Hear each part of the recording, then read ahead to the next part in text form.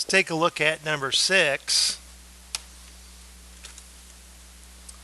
Alright, so I do not have to find the expression for this new function fg to find its domain.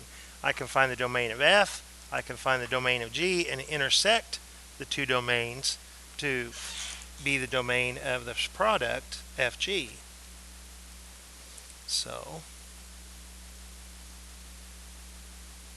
let's find the domain of f.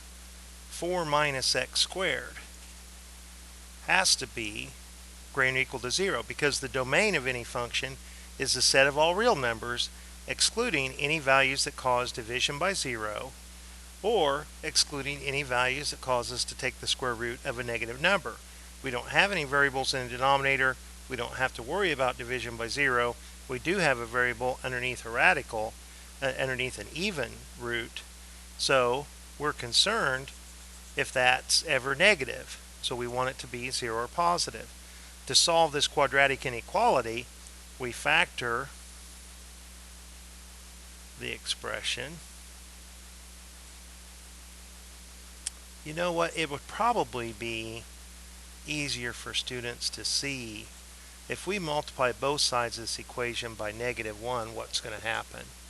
Well, that negative x squared is going to become positive, but this inequality is also going to change directions, and a -1 times 0 is just 0.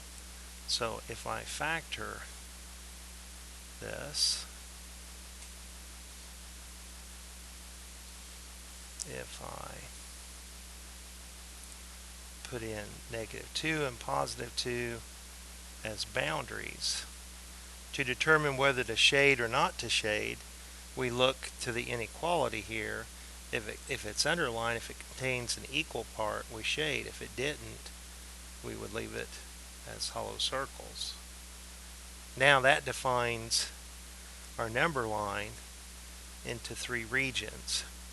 We can pick test points in each region to determine whether this inequality is true or false.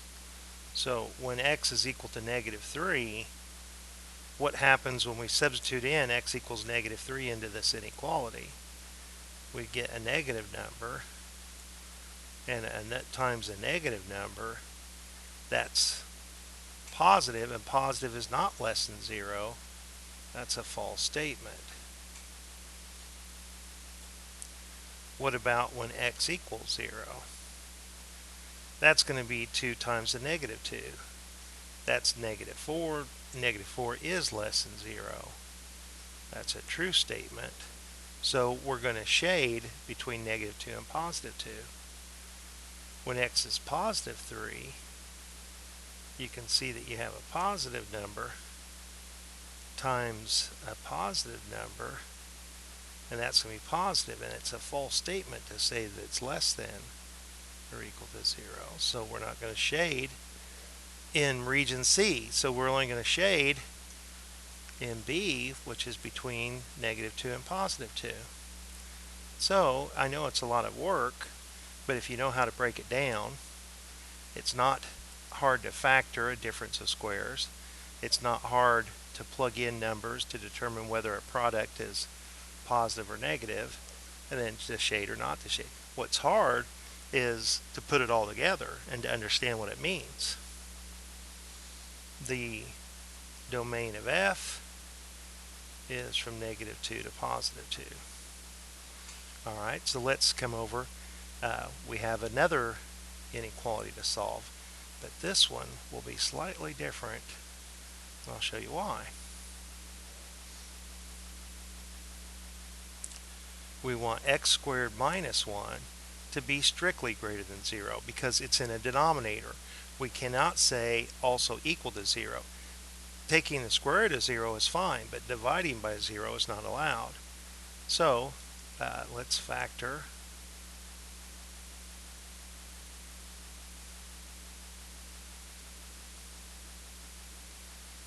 this time. When I look at -1 and +1, I do not shade in these boundary points, these critical points. Here I shaded them in because it said less than or equal to. Here it's strictly greater than, so I do not shade those in. I do pick test points like I did before. We may as well pick -2, 0, and +2. So when x is -2, then we'll have -2 plus 1, which is a negative number, -2 minus 1, which is a negative number, and a negative times a negative is positive. So hey, that's a true statement. When x is 0, we've got +1 times -1. To say that that's greater than 0 is a false statement. So I'm going to shade in. You can see that when x is 2, you'll have a positive number times a positive number, which is greater than 0.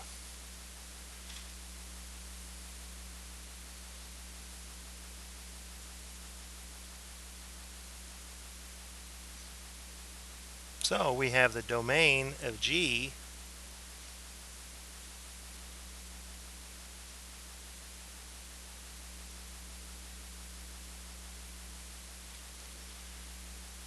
and the domain of G is from -infinity, and you never have a bracket around positive or negative infinity, up to -1 union to +1 to infinity. So if we want to find the domain of FG, we take the intersection of these two sets. So let's draw a picture of each number line, and let's see if we can't figure out what's going on. So we'll draw 3 number lines. The first number line, all 3 number lines, we want to have them include the numbers to see -2, -1, +1, and +2. For the domain of F, the -2 and +2 are solid, and we're all numbers that are between there. All of these numbers. For the domain of G, however,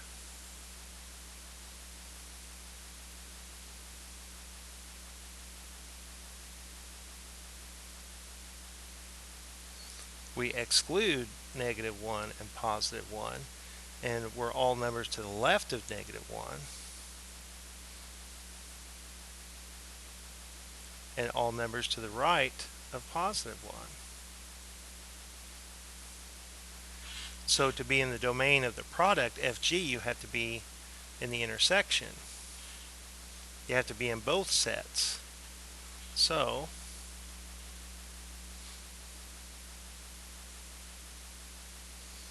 if we have -2, -1, 1, and 2. 2 is in both sets. It's shaded in both. -1 is not in both sets. +1 is not in both sets. You have to be in both sets to be in the intersection, to be in our final answer. 2 is in both sets. To the left of -2 is not in both sets. It's not in the intersection. Between -2 and -1 is in both sets, so it's in our intersection. To here, it's not in both sets. To be between +1 and +2 is in both sets, so it's in our intersection. To the right of +2 is not in the domain of F, therefore it's not in the domain of our intersection of F and G, because you have to be in the domain of both to be in the intersection. So our final answer for the domain of this product is to be between -2 and -1, or to be between +1 and +2. We include -2 and +2, and we exclude -1 and +1. There is our final answer for part A. For part B, the domain of this division is the domain of F intersected with the domain of G, which we just found that. That's what this is. are we going to have to remove any points from this? Is there any further restriction?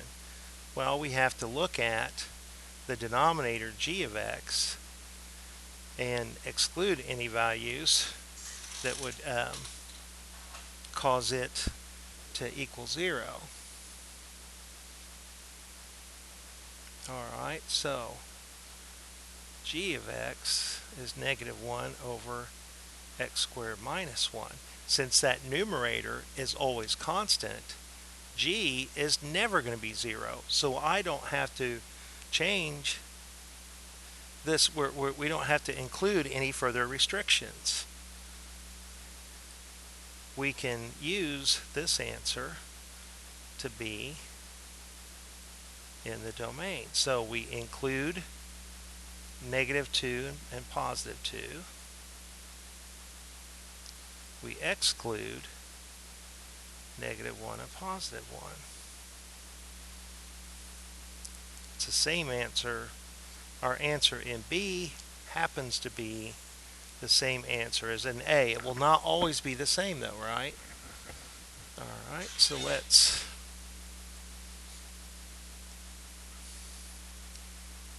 go on to find the domain of g over f.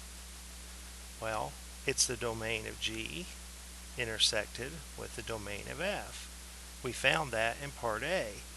Intersected with, we do not want the denominator to equal 0.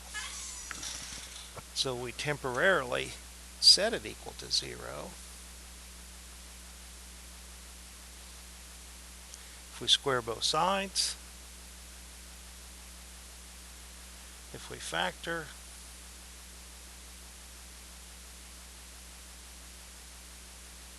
so if x were negative 2 or positive 2, it would allow f of x to be 0. We don't want that to happen. We want to exclude negative 2 and positive 2. So before we had those included. Now we want to exclude them. So let's shrink this up a bit.